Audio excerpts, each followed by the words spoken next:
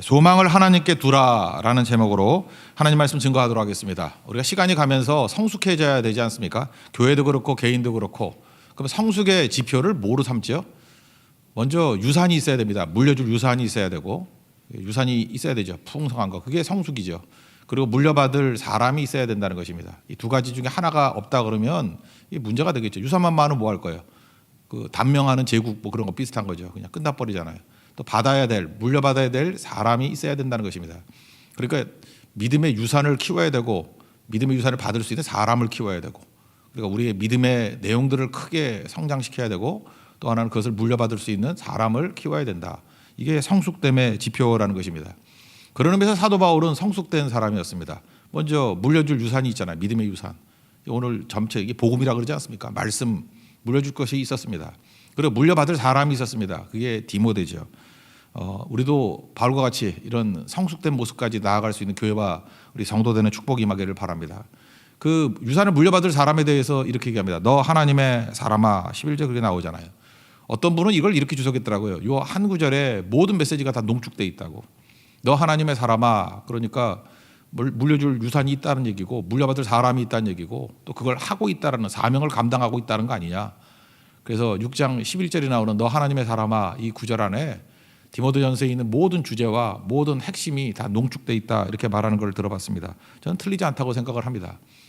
저도 한번 곰곰이 생각해 봤습니다. 이렇게 어떤 성도를 향해서 너 하나님의 사람아 이렇게 말할 사람이 있나? 뭐 있는 것 같아요. 우리 뭐 자라나는 세대들 너 하나님의 사람아 이렇게 부를 용기가 생길 사람이 있더라고요. 그죠?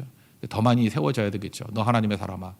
여러분 들을 수 있는 최고의 축복이 뭐냐 하면 하나님의 사람아. 이거보다 사실 더 큰 축복은 없다라는 것입니다. 엘리사가 그렇게 부름받았죠. 하나님의 사람 엘리사. 우리도 하나님의 사람으로 불림바 될 수 있는 게 정체성이거든요. 그런 능력의 종이 되기를 원합니다. 그거보다 축복은 없다라는 거예요. 하나님의 사람 디모데에게 지금 이렇게 얘기합니다. 하나님 앞에서 내가 명한다. 또 그리스도 앞에서 명한다. 이렇게 얘기를 합니다. 그리고 이 명령을 지키라. 참 엄중한 거죠. 그러니까 너 만만하게 사람 뜻대로 세운 게 아니라 하나님 앞과 그리스도 앞에서 내가 엄중하게 명령한다. 이것을 지키라는 거죠. 그 내용을 한번 읽어봅시다. 13절 14절입니다. 시작. 만물을 살게 하신 하나님 앞과 본디오 빌라도를 향하여 선한 증언을 하신 그리스도 예수 앞에서 내가 너를 명하노니 우리 주 예수 그리스도께서 나타나실 때까지 흠도 없고 책망받을 것도 없이 이 명령을 지키라. 여기 보니까 하나님을 어떻게 묘사했습니까? 만물을 살게 하시는 하나님. 또 그리스도는 본디오 빌라도 앞에서죠. 그러니까 고난 앞에서도 증언하시는 예수님. 그러니까 하나님과 예수님 앞에서 내가 너에게 명한다. 주님 다시 오실 때까지, 우리 주님 심판대 앞에 설 때까지 끝까지 흠도 책망할 것도 없이 이 명령 지키기를 원한다. 이렇게 정말 간절한 마음을 가지고 믿음의 유산을 받을 디모데에게 말하고 있다는 것입니다. 이게 성숙된 우리 교회 모습이 되기를 원합니다. 두 가지 얘기예요. 오늘 두 가지를 명하고 있는데, 첫 번째는 12절 얘기죠. 믿음의 선한 싸움을 싸우라. 두 번째는 영생을 취하라. 오늘 두 개 살피겠습니다. 믿음의 선한 싸움을 싸우라. 영생을 취하라. 이 두 가지가 믿음의 유산을 물려받은 디모데의 가슴에 새겨지기를 원한다. 그런 얘기죠. 12절 읽겠습니다. 시작. 믿음의 선한 싸움을 싸우라. 영생을 취하라. 이를 위하여 내가 부르심을 받았고 많은 증인 앞에서 선한 증언을 하였도다. 그러면 두 가지 살피겠는데, 믿음의 선한 싸움을 싸우라. 이게 뭐라 그랬습니까? 선한 싸움을 싸운다. 1장에 보니까 파선이 있었다 그랬죠. 믿음의 파선. 왜 파선이 일어나죠? 싸우지 않기 때문에. 그러니까 싸우면 파선이 되지 않습니다. 그러니까 싸운다는 게 뭐라 그랬어요? 사용한다. 사용하는 거. 그러니까 믿음의 선한 싸움을 싸운다는 것은 믿음을 액세서리로 여기지 말고 잠깐만 사용하라는 거예요. 그게 믿음의 선한 싸움을 싸우는 거라. 그러면 절대 믿음이 파선되지 않습니다. 그러니까 용불용설이에요. 쓰면 쓸수록 믿음은 강해지는 거고, 안 쓰면은 파선된 믿음이 될 수밖에 없다. 그런 얘기입니다. 요한일서 5장 4절 기억하십니까? 하나님께로부터 난 사람은 세상을 이겼다. 그죠? 하나님의 사람은 세상을 이겼다. 그 얘기죠. 나는 주님께 속한 자 하잖아요. 그죠? 하나님께로 난 사람은 세상을 이겼다. 근데 뭐로 이겨요? 세상을 이기는 승리는 이것이니 우리의 믿음이다. 그러니까 믿음을 사용해야지 이기는 거지. 믿음 사용하지 않으면 못 이긴다는 얘기 아니에요. 뭐 좀 더 적극적으로 하면 패배한다 그런 얘기죠. 믿음 사용해야만 이길 수 있다. 오늘도 여러분들 하나님께서 우리에게 주신 믿음을 열심히 사용하는, 그래서 승리하는 하나님의 종 되기를 바랍니다. 그 쌓아두고 안 쓰면 안 된다는 거죠. 성경은 쌓아두는 거에 대해서 좋게 생각하지 않고 이거 범죄로 얘기할 때도 많아요. 마태복음 6장도 보세요. 뭐 이렇게 다 세상에 쌓아두다가 그 종과 동록이 오고 쌓아둔 건 도둑질 당한다 그러잖아요. 그러니까 사용하라 그런 얘기죠. 하늘에 쌓아두라는 게 뭐예요? 사용하라는 거예요. 사용하라. 제가 어제 어떤 그 저한테 굉장히 효과가 좋았던 어떤 건강 보조식품이 있었습니다. 먹었더니 진짜 머리도 맑아지고 되게 좋더라고요. 내가 되게 아껴 먹었거든요, 그거를. 그러다가 어떤 좀 사랑하는 사람이 있기 때문에 내가 그걸 주려고 딱 봤더니 유통기한이 2달이 지났어. 그 24만 원짜리인데. 그래서 내가 느꼈던 게 뭐냐. 내가 또 하나님의 벌 받을 짓을 했구나. 그죠? 이렇게 왜 쌓아두고 있어요? 그걸 빨리빨리 나눠주든지 내가 먹든지 해야 되는데. 그러니까 세상에 있는 모든 것들은 유통기한이 있는 겁니다. 유통기한이. 그죠? 빨리 써야 되죠. 빨리 안 쓰면은 아끼다가 다 버리게 되는 거죠. 그러니까 유통기한이 다 있다는 거예요. 그걸 뭐라고 설명합니까? 썩어질 양식 그러잖아요. 이 썩기 전에 빨리빨리 먹어야 되잖아요. 썩어질 양식 그거 쌓아두면 썩잖아요. 그러니까 빨리빨리 써야죠. 사용하고 쓰는 게 필요하다는 것입니다. 어리석은 부자 이야기가 대표적인 거겠죠. 이 사람이 뭐 농사를 지었더니 잘 됐죠. 그러니까 한마디로 말해서 요즘식으로 하면 돈벼락 맞았어요. 돈벼락. 여러분도 돈벼락 맞고 싶죠? 예, 맞았습니다. 이 사람. 돈벼락 맞았어요. 그래서 이걸 쌓아두려고 창고를 많이 지었네요. 이렇게 많이 지어놓고 쌓아두고 그 다음에 이렇게 얘기합니다. 평안히 쉬고 먹고 즐거워하자. 누가 뭐 12장 19절부터 나오는 얘기예요. 평안히 먹고 쉬고 즐거워하자. 하나님이 뭐라 그래요? 유통기한 있어 그런 얘기죠. 어리석은 자여 오늘 밤 내 영혼을 도로 찾으리니 네 영혼도 유통기한이 있어 이 땅에서. 그 영원한 거 아니야. 유통기한이 있어. 자기를 위하여 재물을 쌓아둔 거 누구 것이 되겠느냐 그러잖아요. 그리고 그 다음 설명이 이거죠. 하나님께 부유하지 못한 사람이라고. 이 사람은 가난한 사람입니다. 성경에서 부자와 가난한 사람을 얘기할 때는 쌓아둔 거 갖고 얘기하는 게 아니고 사용한 거 갖고 얘기하는 거예요. 쌓아두고 안 쓰니까 가난하다 그러잖아요. 하나님께 부유하지 못한 자다. 누가 부유한 자예요? 있는 거 뭘 주시든 간에 그냥 다 사용하는 거죠. 다 사용하는 사람이 영적인 부자다 이렇게 설명하고 있다는 것입니다. 그래서 사도 바울이 지금 디모데에게 믿음의 유산을 물려받을 사람에게 사용해라 그렇게 얘기하죠. 사용해라. 열심히 사용해라. 선한 일, 또 선한 사업 자꾸 사용해라. 사용하는 게 믿음의 선한 싸움을 싸우는 거야 이렇게 설명을 하고 있습니다. 우리 18절과 19절 읽겠습니다. 시작. 선을 행하고 선한 사업을 많이 하고 나누어 주기를 좋아하며 너그러운 자가 되게 하라. 이것이 장래에 자기를 위하여 좋은 터를 쌓아 참된 생명을 취하는 것이니라.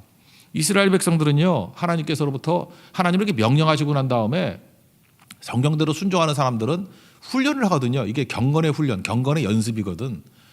제가 볼 때 사용하는 연습을 했던 것 중에 대표적인 게 화목제인 것 같아요. 화목제를 드릴 때는 뭐 소 같은 걸 잡거든요. 소를 잡고 화목제의 특징이 뭔지 알아요?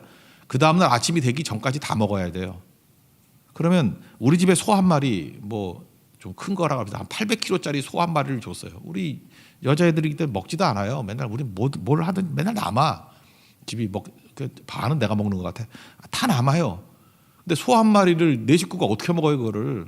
화목제 드리면. 근데 아침까지 다 먹으래. 그 방법은 뭐죠? 많이 먹는다 그것도 있지만 어떻게 먹어요? 배 터져 죽지. 내 안에 소가 들어와. 그 죽지 내가. 이만한 게 어떻게 이게 들어와 이게. 그리고 어떻게 했어요? 동네 사람 다 모으고 아는 사람 다 모으고 어떤 때는 제발 와달라. 그것도 안 되면 어떻게 돼요? 그 잔치 초대하는 사람과 같이 길거리 가는 사람, 가난한 사람, 병든 사람 다 와서 드세요 그러겠죠. 남기면 안 되니까. 그래서 이스라엘 백성들은 화목제를 드리면서 항상 쓰는 법 배웠다고요. 그러니까 그 다음에 사용하니까 뭘 깨달아요. 이렇게 사용할 때 엄청난 기쁨이 생기는 거구나. 회복이 생기는구나.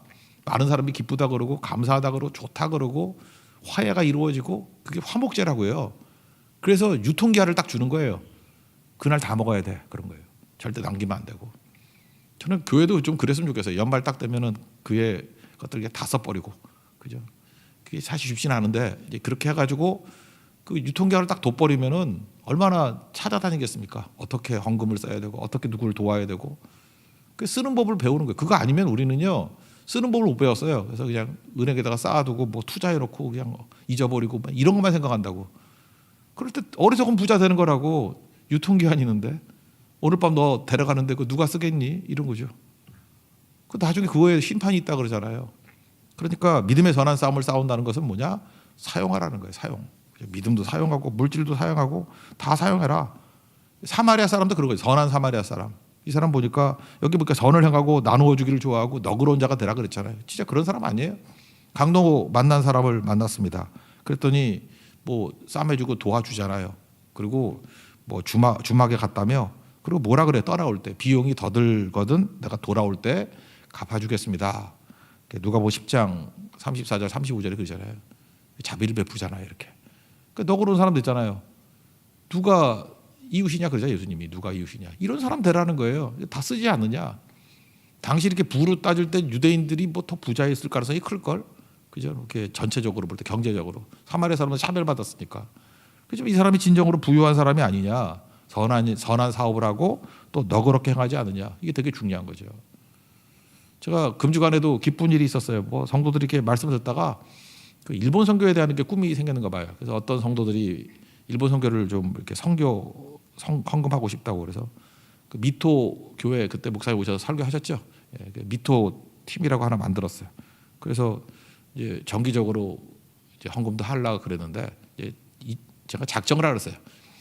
무한대로 하지 말고 그래서 2022년, 2023년 2년 작정을 하고 그게 끝나면 또 연장할 수 있게 계속 그때까지는 꼭 지키라고 그렇게 얘기했더니 다들 기뻐하더라고요. 그리고 선교사님에게 연락드렸더니 한국에서 이렇게 정기 후원 받는 건 처음이라고 되게 좋아하시더라고요. 그죠? 기뻐하고 교인들도 기뻐하고 이런 거죠. 그러니까 이렇게 연결이 되는 거 이게 바로 뭐예요? 사용하는 거죠. 뒀다 뭐 할 거예요? 어떤 감동이 오거나 메시지가 오거나 그러면 곧장곧장 사용하는 거 이게 되게 중요한 거죠. 재물은요 정함이 없다 그러잖아요. 정함. 재물이 무슨 정함이 있어요? 날아가 버리는 것이. 재물은 정함이 없어요. 잠언 23장 5절 보니까 내가 어찌 허무한 것을 주목하겠느냐. 허무한 게 재물이거든. 정령이 재물은 스스로 날개를 내어 하늘을 나는 독수리처럼 날아가리라. 여기도 왕년에 돈 많았던 분들 있죠. 계속 많던가요? 날아가요. 독수리같이 막 날아가. 독수리 그럴 때 뭐 올라가도 있지만 날아가도 있어요. 우리는 독수리같이 올라가야 돼요. 그죠? 내려가지 말고 올라가. 우리 MC이잖아. 올라가도 중요하지만 또 날아가도 있다고. 재물과 같이 날아가 버린대요. 그 날아가기 전에 어떻게 해야 돼요? 빨리 써야지. 다 날아갑니다. 명심하십시오. 다 날아갔을 때 이 말씀 꼭 잊지 말아요. 그리고 후손들한테 얘기해줘요. 나같이 살지 말라고. 날아가요. 날아가기 전에 빨리빨리 쓸 줄 알아야죠. 그게 되게 중요한 거죠. 이게 물질만 그런가요? 그렇지 않죠. 이게 제일 중요한 게 말씀이죠. 말씀. 그래서 헛된 시간 보내지 말라는 거예요. 가짜 교훈, 그걸 다른 교훈이라 그러는데 그들의 특징이 뭐예요? 하나님 말씀을 증거하지 않고 자기 말을 증거해요. 자기 말을 막 증거해서 뭘 하는 거예요? 사람들에게 설득을 시킨다고. 말씀은 증거인데 자기 말은 설득이야. 잠깐 설득을 시키고 설득을 시키면 추종자가 나와. 추종자가 나오면 뭐라 그러세요? 경건을 자기 이익으로 삼는다 그랬잖아요. 그죠? 이익 삼는 거. 이게 가짜 선생들의 특징이라고. 근데 가짜 선생만 그런 게 아니라 우리 가운데도 믿음의 선한 싸움을 싸우지 않는 사람은 이렇게 싸워요. 자기 의도를 가지고 자기 의도를 가진 사람을 교만이라 그래요. 교만한 사람은 항상 자기 의도가 있어요. 내 의도. 이 벽돌 정신인데 다듬은 내 의도.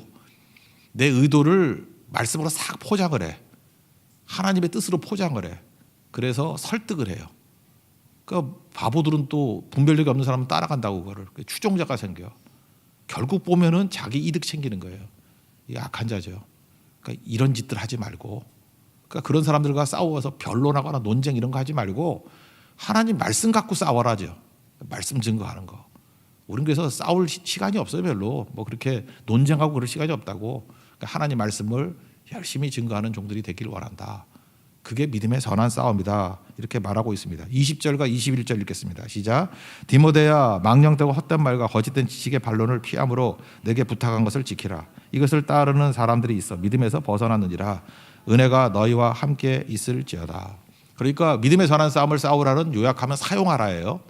사용해야 파손하지 않는다. 믿음의 선한 싸움을 싸우라는 사용하라. 뭘 사용해요? 사용하라 믿음, 사용하라 물질. 그거예요. 열심히 믿음도 사용하고 물질도 사용해서 믿음이라는 그냥 사용하라 말씀 다 사용해서 여러분 항상 승리하는 믿음의 신실한 종 되기를 축원합니다. 두 번째는 영생을 취하라 그랬는데 이건 소망을 하나님께 두라 하고 연관이 되어 있습니다. 이 영생은 소망하고 굉장히 깊은 연관성이 있어요. 우리 항상 있는 거, 영생에는 세 자녀가 있다 그러죠. 우리 비유로. 그게 고린도전서 13장 13절에 나오는 말씀 아니에요. 사랑장 쭉 설명하고 난 다음에 믿음, 소망, 사랑 이 세 가지는 항상 있을 것인데 그러죠. 이 세 가지가 항상 그중에 제일은 사랑이다 그랬죠. 세 자녀가 있어요. 세 자녀가 있는데 첫 번째 자녀가 믿음, 두 번째 자녀가 소망, 세 번째 자녀가 사랑. 저희 집도 제가 큰애고 남자예요. 그러니까 오빠고 여동생 둘이 있어요. 이제 한번 공부해 생각했어요. 그랬더니 우리 부모님이 첫째인 저를 제일 믿었던 것 같아. 그래서 내가 믿음이야, 믿음이. 첫째는 믿음. 그리고 막내도 우리 게 다니죠. 막내를 되게 사랑했던 것 같아. 그죠? 뭐 이렇게 덮어놓고 사랑했던 것 같아. 보니까 막내는 믿지는 않은 것 같은데 하여튼 사랑을 하는 것 같아. 그때 둘째가 불쌍하더라고. 이게 천덕꾸러기야. 이게 믿어주지도 않고 사랑도 안 하고. 근데 둘째가 소망이거든. 그래서 걔는 하나님께 소망이 있어요. 아무도 사랑해주지 않고 믿어주지도 않아서. 그래서 오늘 둘째를 좀 변호하는 설교를 좀 하고 싶어요. 소망이 중요해요. 교회도 그래요. 맨날 믿음이 중요하다. 믿음이 이기네. 믿음에 관한 찬양 이거 보면 15곡 넘어요. 찬송가도 우리 부르잖아. 믿음, 사랑도 엄청나. 온통 사랑이야. 그죠? 사랑장이 있어 아예. 그죠? 사랑. 이름도 뭐 사랑이라고 그러고 뭐 이름 많이 갖다 붙이잖아요. 내가 소망이라고 붙이는 거 못 봤어요. 그죠? 사랑, 뭐 믿음, 뭐 믿음의 교회 이런 데도 있고요. 사랑의 교회도 있고 뭐 되게 많아요 그런 거. 물론 소망교회도 있네. 예, 하여튼간에. 근데 소망은 좀 이렇게 천덕꾸러기 역할을 하는 것 같습니다. 그죠? 근데 소망이 중요하다는 거예요. 소망을 하나님께 두라. 17절 한번 읽겠습니다. 시작. 내가 이 세대에서 부한 자들을 명하여 마음을 놓치지 말고 정함이 없는 재물에 소망을 두지 말고 오직 우리에게 모든 것을 후히 주사 누리게 하시는 하나님께 두며. 그러니까 소망을 하나님께 두라. 그런 얘기죠. 제가 보니까 사람을 이렇게 분석해 보면 변하지가 않아요. 사람들은 잘 안 변해요. 진짜 안 변하는 게 사람이라고. 변화되는 게 쉽지 않아요. 무지 더디 변화돼요. 변화되는 속도가 굉장히 느려요. 이렇게 확 뒤집어지는 경우가 별로 없더라는 것입니다. 그런데 종종 변화되는 걸 보거든요. 놀라움도 있고 기쁨도 있습니다. 사람 변화되는 것만큼 감격이 없어요. 야, 사람이 변화되는구나. 그죠? 이게 정말 기쁘다. 근데 사람이 변화될 때 제일 중요한 게 제 느낌은 그래요. 믿음도 아니고 사랑도 아니고 소망이에요. 그 사람 속에 소망이 확 들어갔어요. 소망이 들어가면요. 소망이 들어갔는지 우리 눈에 안 보이잖아. 자기만 아는 거 아니야. 자기 영혼에 소망이 확 들어가. 그러면 우리 눈에 보이는 건 뭐냐면 관심이 바뀌어요. 소망이 들어가면 관심이 바뀌어. 옛날에는 관심이요. 맨날 뭐 먹는 거, 꾸미는 거, 뭐 집 사는 거, 뭐 이런 거 관심이 있던 사람이 관심이 완전히 바뀌어버려요. 그래서 변화가 일어나더라고. 전 그래서 세 가지 이 패턴, 소망이 바뀌어요. 세상 소망에서 하늘 소망으로 바뀌어. 소망이 바뀌면 관심이 바뀌고, 관심이 바뀌면 변화가 이루어지더라. 우리 로마서 12장 2절 그 맨날 유명한 구절 아니에요. 이 세대를 본받지 말고 오직 마음을 새롭게 함으로 변화를 받아 하나님의 선하시고 기뻐하시고 온전하신 뜻이 무엇인지 분별하라. 이런 말씀이 나오죠. 이것도 패턴이 똑같지 않아요? 그죠? 이 세대를 본받지 말고 오직 마음을 새롭게 함으로 소망이 바뀌었잖아요. 소망이 바뀌니까 여기도 사실 이게 관심이 바뀌는 거 아니에요? 하나님의 뜻에 대한 관심이 있는 거 아니야? 선하시고 기뻐하시고 온전하신 하나님의 뜻, 그 관심이 바뀌어 버리죠. 그러니까 변화가 되는 거 아니에요? 그 말씀이죠. 그래서 교회가 변화되는 교회가 되길 원한다 그럴 때 제가 깨닫게 된 게 그거예요. 소망이구나, 소망. 변화 안 되는 사람의 특징이 뭔지 알아요? 절망이에요. 낙심. 왜 낙심과 절망이 나쁜 거냐 하면 상처, 트라우마 이러면서 과거에 묶여서 죽어도 변화가 안 돼. 여러분 믿음 그러면 변화가 될 줄 알았는데 그것도 아니더라고. 사랑이 좀 변화가 되느냐? 물론 그런 측면도 있겠지만 강력하지는 않은 것 같아요.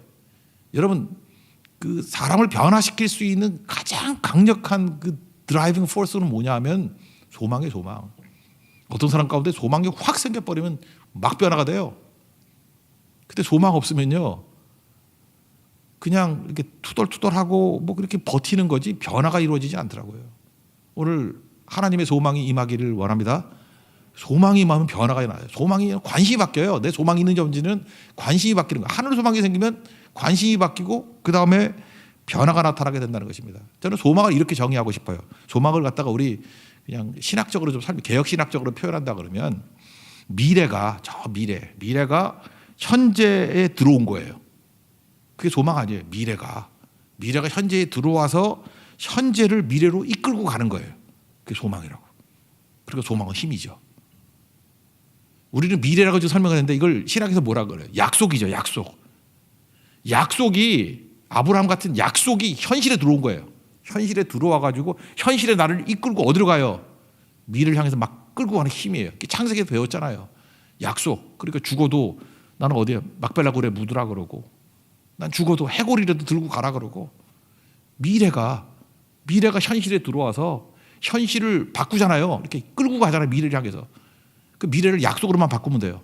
약속이 현실에 들어와서 약속이 힘이 되잖아요. 그래서 현실을 막 끌고 어디로 가요? 표대를 향해서 막 가는 거라고. 그게 소망이라고요. 여러분, 소망이 임하기를 원합니다. 하나님께 소망을 두면요, 싸그리 다 바뀌어요. 변화가 소망에서 나타나게 된다. 소망이 되는 게 중요한 거죠. 소망. 근데 소망과 같이 가는, 소망에 이렇게 에너지를 줄 수 있는 게 뭐냐면 고백이에요. 고백. 계속 고백해야 돼요. 그래서 소망 가지고 있을 때도 내 소망이 이런 거야. 그럴 때 이제 관심이 바뀌잖아요. 그래서 관심에 대해서 이렇게 예수님께서는 항상 고백하기를 원하는 거예요. 예수님 만나면 소망이 생겼잖아요. 그 관심이 바뀌죠. 뭐 동양 이런 것보다도 병 낫기를 원하고 뭐 이러잖아요. 시시한 거 안 구하잖아요. 관심이 바뀌어버리잖아. 그런데 예수님이 뭐 뻔한 거 묻잖아요. 뭘 주기를 원하느냐 이러든지, 뭐 낫기를 원하느냐 이러든지. 고백하게 만들죠. 고백하는 거는 자기 소망을 정리하는 거예요. 확고히 하는 거예요. 그리고 딴 사람들에게는 도움이 되죠. 왜 저렇게 되는지. 그래서 소망의 짝이 뭐냐면 고백이에요. 약속의 짝이 고백이라고. 고백하는 거예요. 여러분, 사도신경 맨날 외우는데 사도신경이 뭔지 알아요? 하나님에 대한 고백이에요. 사도신경 구조는 세 가지로 되어 있습니다.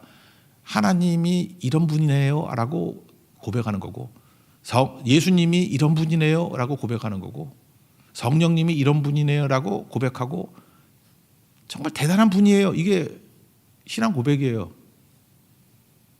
다 같이 사도신경 한번 외워봅시다. 시작. 전능하사 천지를 만드신 하나님 아버지를 내가 믿사오며 그 외아들 우리 주 예수 그리스도를 믿사오니 이는 성령으로 잉태하사 동정녀 마리아에게 나시고 본디오 빌라도에게 고난을 받으사 십자가에 못 박혀 죽으시고 장사한 지 사흘 만에 죽은 자 가운데 다시 살아나시며 하늘에 오르사 전능하신 하나님 우편에 앉아 계시다가 저리로서 산 자와 죽은 자를 심판하러 오시리라. 성령을 믿사오며 볼까?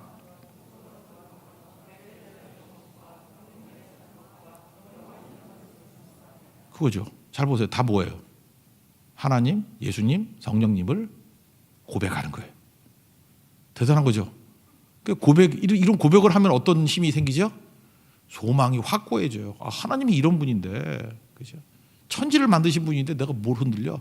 예수님이 어떤 일을 했는지 정리하잖아요. 이렇게 고백하면서. 내 소망에 대한 정리를 하잖아요. 예수님이 이런 분이었고. 성령님을 정리하잖아요. 이런 거고. 그냥 막 외우는 게 아니에요. 그래서 여러분의 용어로 이렇게 고백을 해야 돼요. 고백을. 소망은 항상 고백을 해야 돼요. 입으로 시인하는 거. 그게 되게 중요한 거죠. 여기도 지금 고백을 하래요. 여기는 사도신경은 아니지만 바울의 고백을 한번 들어봅시다. 15절 16절입니다. 시작. 기약이 이르면 하나님이 그의 나타나심을 보이시리니 하나님은 복되시고 유일하신 주권자이시며 만왕의 왕이시며 만주의 주시오. 오직 그에게만 죽지 아니함이 있고 가까이 가지 못할 빛에 거하시고 어떤 사람도 보지 못하였고 또 볼 수 없는 이시니 그에게 존귀와 영원한 권능을 돌릴지어다. 아멘. 이렇게 고백을 하잖아요. 고백을. 그럼 소망이 우리에게 크나큰 힘이 되게 된다라는 것입니다. 그래서 소망이 필요한 거예요. 소망. 소망이 있으면, 소망이 뭐예요? 표대잖아요. 또 다른 말. goal, to the goal. 지금 사도 바울도 빌립보서 3장에서 이걸 고백하라는 거예요. 이렇게 쭉 보니까 내가 유익하던 모든 것을 다 배설물같이 해같이 다 여겼대. 그러고 난 다음에 갑자기 생각하는 게 뭐냐면 3장 9절에서 그 안에서 발견되려 함이니, 그 안에서 발견되려 함이니 be found in him. 내가 예수님을 찾아봤거든. 계속 예수님을 계속 찾아보고 있는데 그 안에 내가 있네 이렇게 발견한 거예요. and found in him. 그 안에서 내가 발견되는 거예요. 그죠? and be found in him. 그 안에서 내가 발견되는 거. 깜짝 놀라는 거. 그래서 다 버린 줄 알고 나는 없어진 줄 알았더니 우리 그러잖아요. 나 다 버린다고. 나는 나다이. 나는 부정되고 없어지고. 그래서 내가 제로인 줄 알았어. 그리고 나다이. 나는 없고 but Christ. 예수님만 있는 줄 알았어. 그래서 다 버려버리고 깡그리 버려버리고 예수 살았다고요. 근데 그러고 난 다음에 우두커니 쳐다보니까 be found in him. 예수님 안에 내가 있네. 그 안에서 내가 발견되네. 그래서 소망을 가지고 뭐라 그래요? 표대를 향해서 내가 나아간다고, 달려간다고, 뛰어간다고. 이게 소망입니다. 저는 2022년에 우리 교회의 큰 특징 중에 하나가 좀 소망을 회복시키는 시간이 되었으면 좋겠어요. 우리 믿음 좋잖아요, 다. 뭐 사랑하잖아요, 그죠? 뭐 하지 못해도 뭐 입이라도 사랑한다 그러잖아요, 그죠? 근데 우리 소망에 대한 게 너무 천덕꾸리 같이 약화된 것 같아요. 소망에서 관심이 바뀌고요. 관심 바뀌면 변화가 일어난다고. 그게 영생을 취하는 것입니다. 우리 영생 취해서 승리할 수 있는 하나님의 거룩한 종 되기를 축원합니다. 자리에서 일어나겠습니다. 푯대를 향하여 찬양하겠습니다.